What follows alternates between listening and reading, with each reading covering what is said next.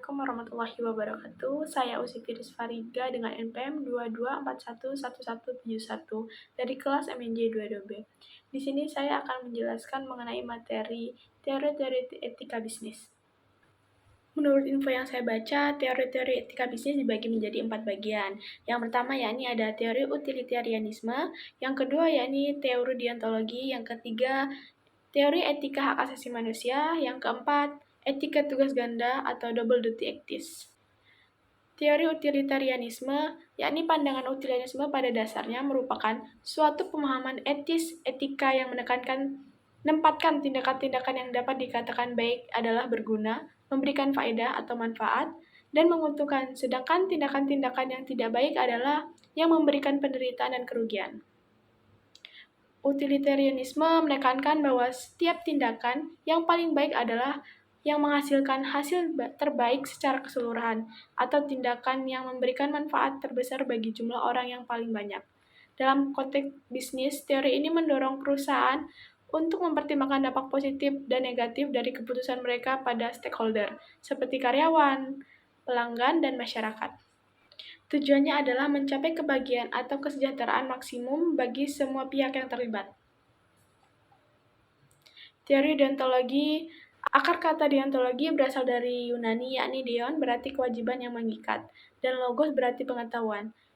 Etika deontologis juga sering disebut sebagai etika yang tidak menganggap akibat tindakan sebagai faktor yang relevan untuk diperhatikan dalam menilai moralitas suatu tindakan.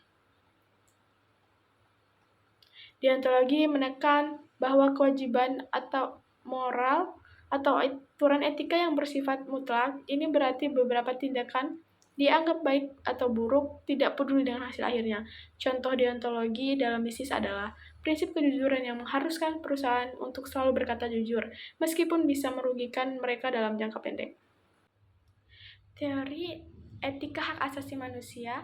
Teori ini fokus pada penghormatan terhadap hak asasi manusia dalam konteks bisnis. Ini termasuk menghindari pelanggaran hak asasi manusia seperti kerja paksa, diskriminasi, dan pelanggaran lingkungan. Perusahaan diharapkan untuk memastikan bahwa operasional mereka tidak melanggar hak asasi manusia, baik dalam perusahaan maupun dalam rantai pasokan mereka. Teori tugas ganda atau double duty ethics. Etika tugas ganda menggabungkan elemen dari beberapa teori etika seperti utilitarianisme dan deontologi. Ini mengharuskan perusahaan untuk mempertimbangkan tugas ganda, yaitu mencari keuntungan ekonomi sambil memenuhi norma-norma etika dan moral. Perusahaan harus menjalankan bisnis mereka dengan mencapai keuntungan yang wajar sambil memperhatikan dampak sosial dari lingkungan.